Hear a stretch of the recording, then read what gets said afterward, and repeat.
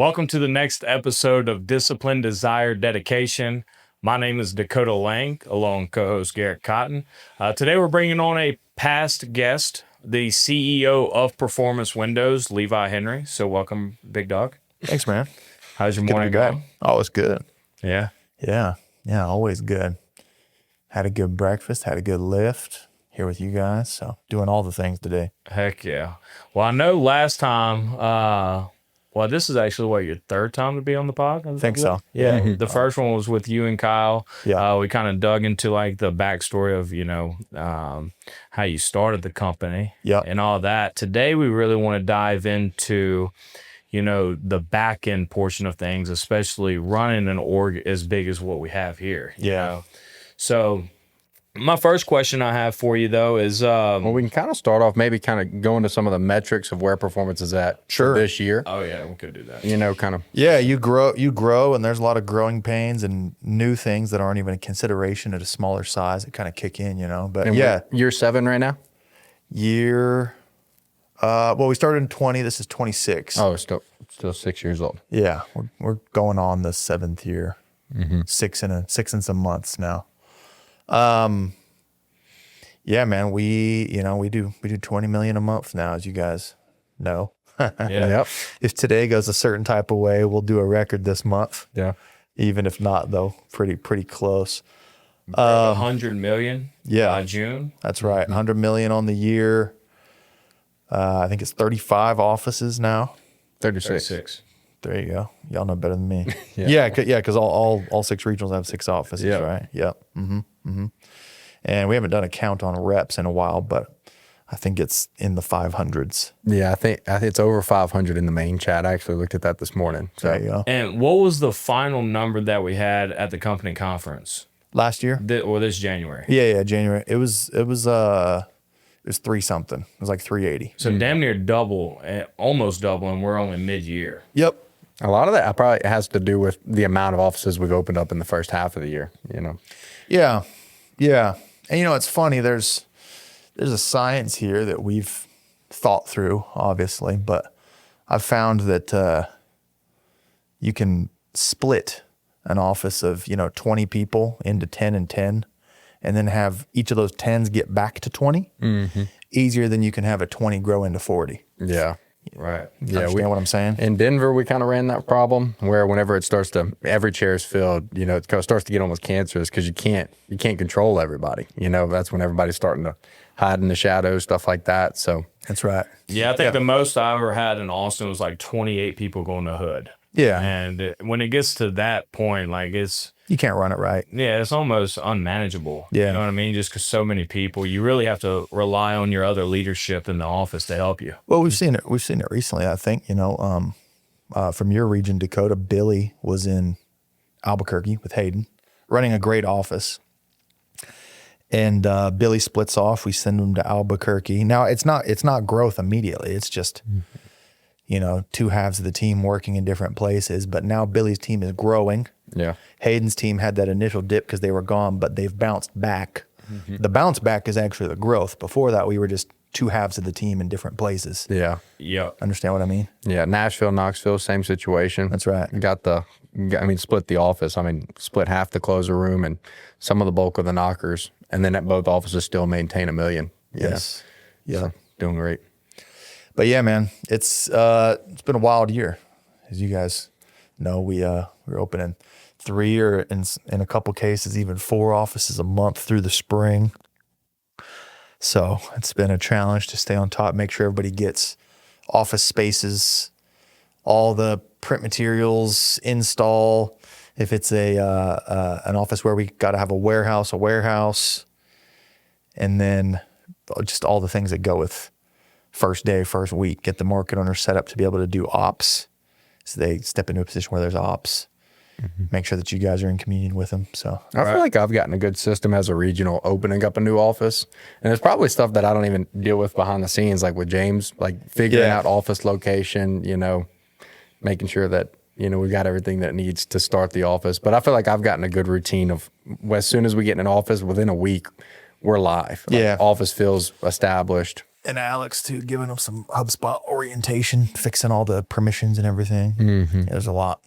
But yeah, I mean, I'm sure you guys have it pretty systemized by now. You probably got a little mental checklist you go through. It's like one of my favorite trips to do is that initial startup run up, because it's just build vision, set the office up, high energy, a lot of action, and then get out of there. Yeah, we go visit. We go visit when they're new for moral support of a sort, but there's actually a little less to do than on some later trips. Yeah. They don't have ops yet. Nope, it's just purely sales. And even on the back end side, like I feel whenever people were, going to open up new markets, now it's just seamless. You know what I mean? Right. Even from like, James and all of those guys. Like We've seen some hiccups though.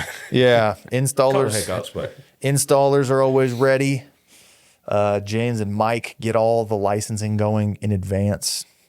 Get us registered in all the relevant places. Sadly in this industry, a lot of the time the normal way of doing things is just begin, and you essentially register for things as you get in trouble for them. Yep, as the flags pop up. Yeah, like, and we don't do that. We now handle everything in advance, so you don't have to be out there selling scared. I think that's a correlation to the growth, is because whenever new market owners, because I just got off the phone with like Jet Katina, upcoming market owner, he called and he was like, what's the best advice you can give me for, to be $1 million office? And I said, don't change anything that you've been doing for your first 6 months. You go over there and the only thing you have to think about is sell exactly as you were in Knoxville. And I think that because Performance Windows has the system set up for growth, a market owner is able to walk in and have success. Yeah, that's the way it's designed. Yeah, we don't need to take that guy who is a great closer. Yeah, he's a great closer, and he's in perhaps the most crucial, gotta drive revenue time of his entire career, and all of a sudden be like, hey, why don't you go into the city building and register for XYZ? Yeah. No, we don't need to do that. Yeah, and even Mike makes that such a big easy process, because Birmingham, when I was over Birmingham, they were getting the solicitor calls in their first week. Well, we just get on the phone with Mike, call Mike. Mike's like, all right, I'll take care of it. Send me all your names. Keep selling, so it's just. Yeah, and I should explain this too for the listeners. I'm just saying names, but Mike is our general counsel. He's the company lawyer, works for the company specifically, not a firm. And then James is our chief administrative officer. Now, to my knowledge, I'm pretty much 100% confident that in door-to-door windows, we're the only organization with an in-house company lawyer. Mm-hmm. And we're going to be one of maybe just a couple who have a guy particularly for admin. In a lot of cases, the guy handling admin is the owner, which that same guy who was the salesman who helped to build the org probably isn't your admin guy. No. So anyway, it's good. Admin. Yeah. Y'all don't want me doing that. So anyhow, I'm just making the point. It's really good to have people who are good at that, and that's their job. Right. Yeah. One question I have for you is, what is a big misconception of people that, want to create a big organization like this?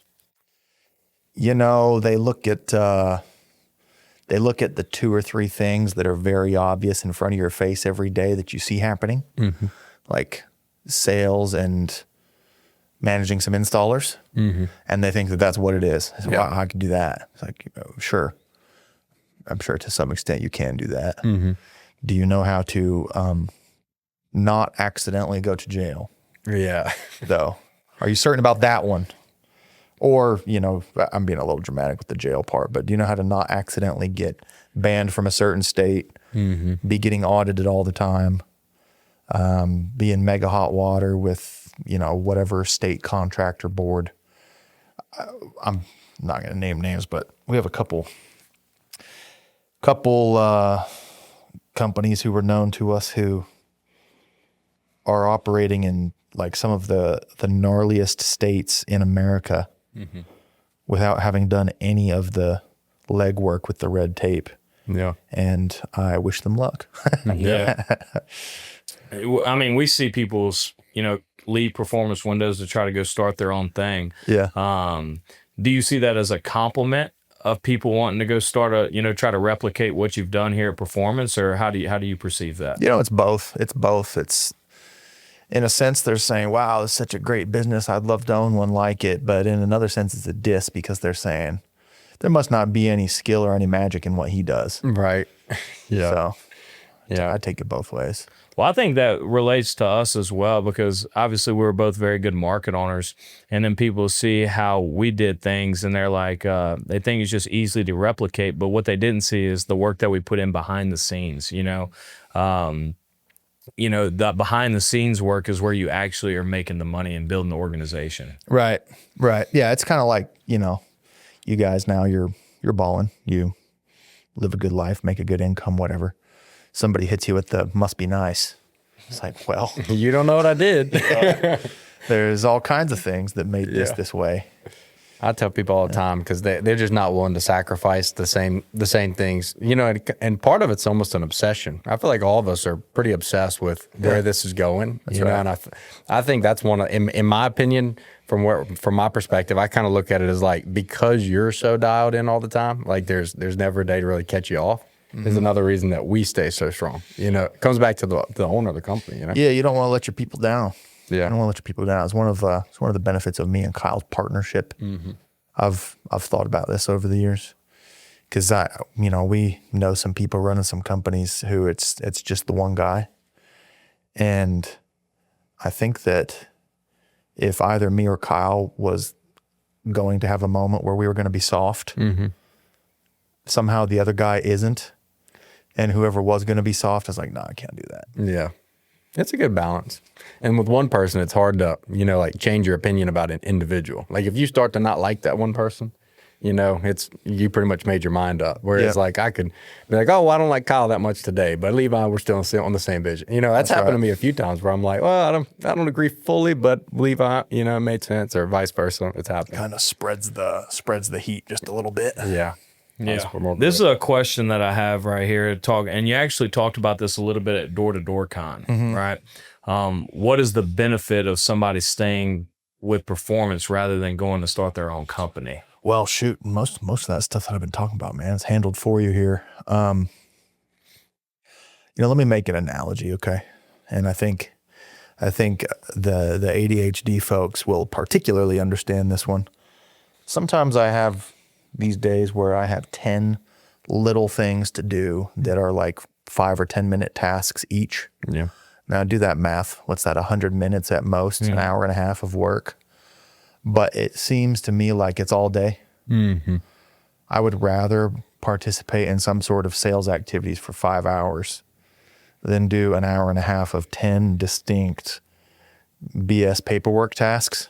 Yeah. And that's kind of the value prop of deciding you want to be a company owner versus deciding that you want to run a sales org, which is, absolutely entrepreneurship in its own sense. It's just without the accounting, legal, regulatory, and clerical. So acquiring the right people on your team is what helps for the longevity. I mean, the company, like I don't see an end anytime soon. Yeah. No. And that kind of goes back, because me personally, the people that always leave are never the most talented or never the top producers in our company, Right here is, how do you create a culture where people don't want to leave?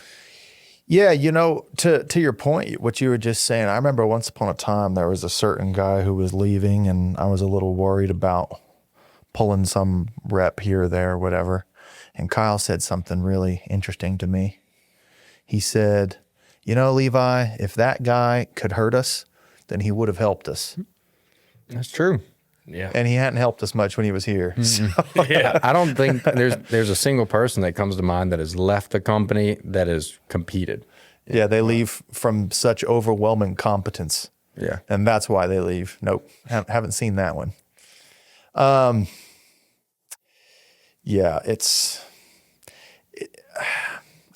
Here's the thing. I think that, you guys have heard iron sharpens iron or whatever,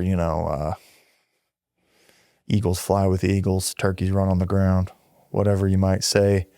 I think those of us who, at the end of the day, I'm talking about this in a super mechanical way, like a transactional way, like people stay because we handle their legal and their accounting, whatever. That makes it sound maybe a little overly brass tacks. In a sense, we all stay because we see the world the same way, and we all work hard, and we enjoy doing it together, and it's just kind of a birds of a feather thing. Yeah. The ones who leave, they leave because they don't see life like we do. That's a good point. Yeah, they always see it's the same types of people who want to balance, the vacations and the weddings. They want to go and do all the things while also being a top producer in the sales org. And there's never the longevity. Like they might run up and hit a leaderboard 1 month, but it's not like for us. We fought for it every month. Even regional, I want number one every month that I'm in this company. But it's accomplishing it. Like that's our mindset to be the best.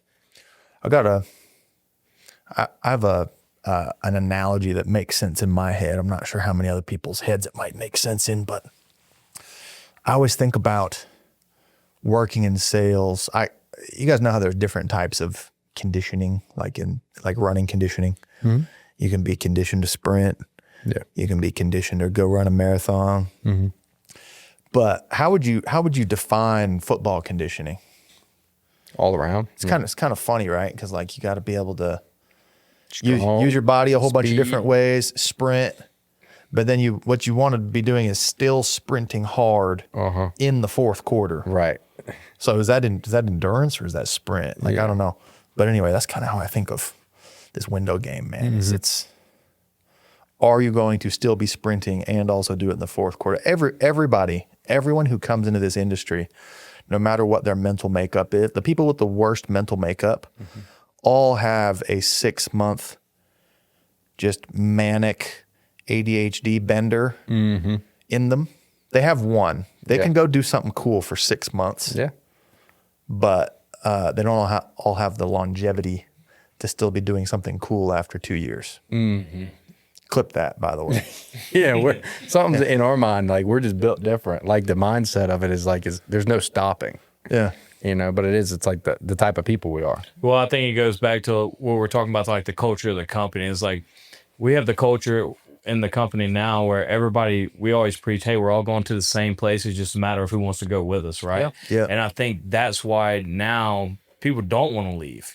People that have already left are calling trying to come back. And we're like, no, you know what I mean? You already burned that boat. And a lot of time it's because they, while here, had their manic 6-month run up, burned out. And they try to replicate. And now they've essentially taken a year-long break being poopy pants energy at some other place.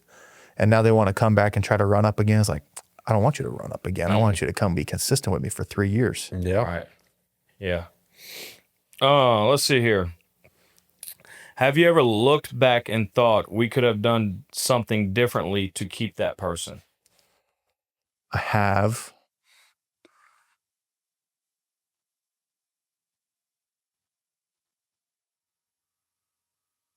There's a funny chicken and egg dilemma here. So, and you guys know this, it's much easier to always keep your standard than to lose it and then have to reset it. Mm-hmm. Because once people have been accustomed to whatever the low version of your standard is, then when you reset it, you usually have to cut them or they quit on you, the one way or the other, and start over. So I do look at some of the situations that became a little toxic as if they were my fault. Mm-hmm. I think that's a good thing, though. Yeah. Yeah, I try to take ownership as much as I can for, I was too soft in some sort of early going. So then when I tried to harden it up, they were brittle and they snapped. Mm-hmm. I'm not sure that 100% explains. Well, I think that's a very good point because in a market owner standpoint, it's the exact same thing. Yeah. You know what I mean? Some people, they let somebody go that could have, turned out to be a very high performer in the company, but because they didn't hold that standard from the jump, they butchered it. Right, right. And then we're having this funny conversation with the market owner about whether they should cut the person. Mm-hmm. We're like, now you should. Now you have to. You're going too far. Looking at it from this snapshot in time. Mm-hmm. But if we were doing this whole experience over, Yeah. there's something different we could have done 2 weeks ago where they wouldn't have been cuttable now. Right. Just maintaining. Yeah. Yeah. Talk about maybe some of your experience of that, of, maybe you've gotten soft on somebody as a market owner or even a regional. This may sound conceited, but I feel like I never did, to be honest with you.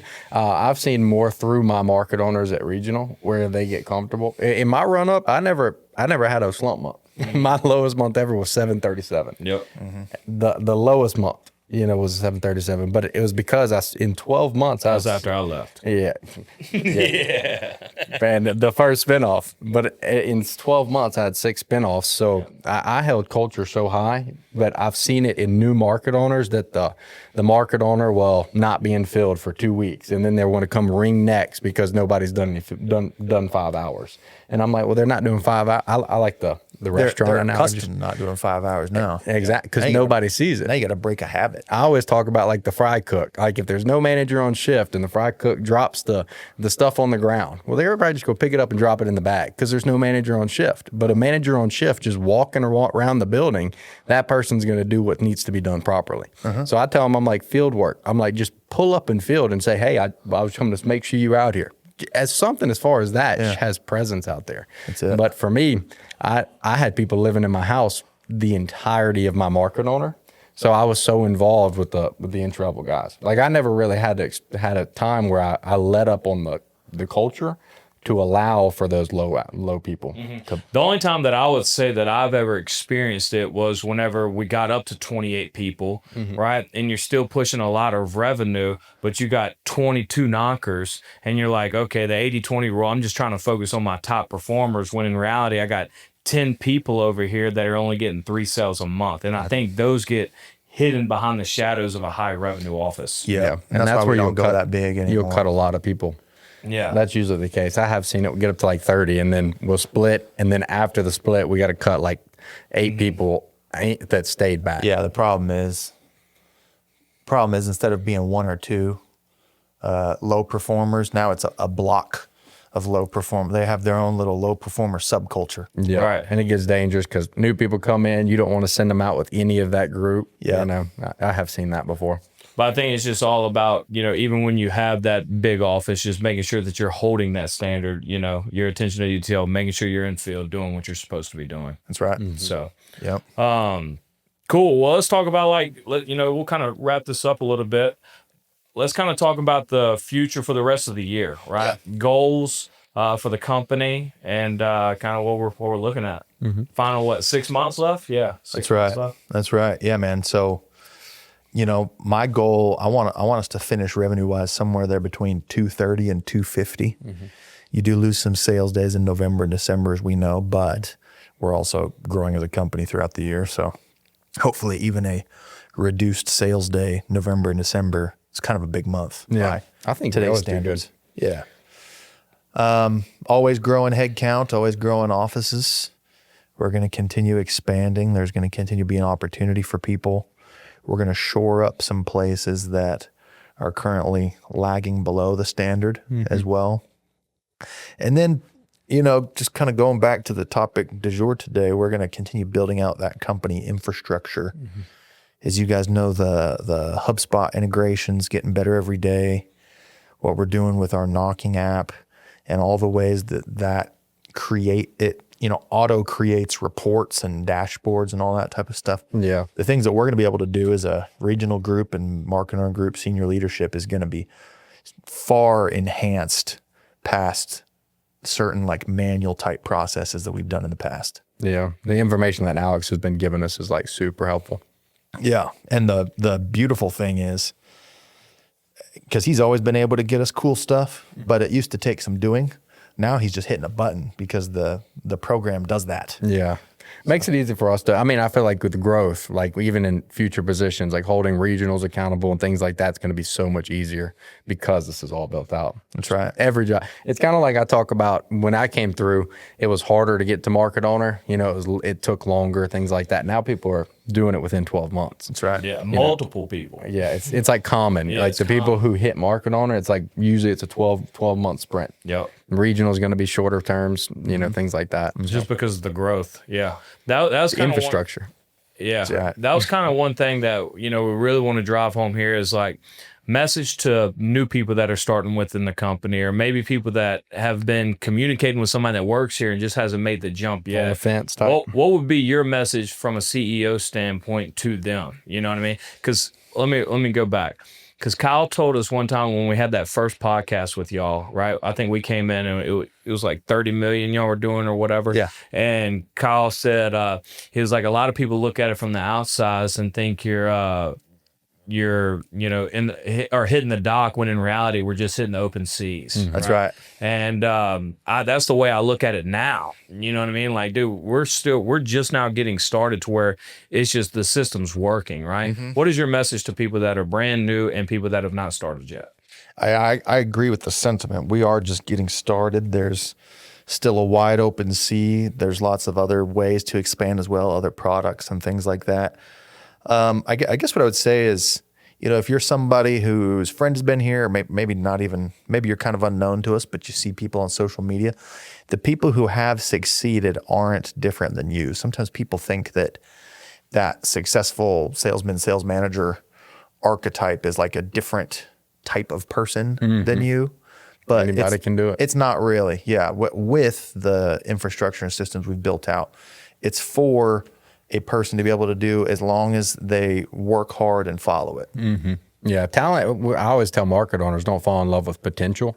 Fall in love with the people who put the right efforts in. Because in our business, the people who they work, 6 hours, 6 days a week, you can't get them off the doors. Those are the people who they climb in the company. Yeah, is because they have the right efforts and are learners and are humble, hungry, coachable. Yeah, right. But potential's poison. Like there's so many people who have potential, and they won't hit 5 hours. That's right. We can't help those types of people. Yep.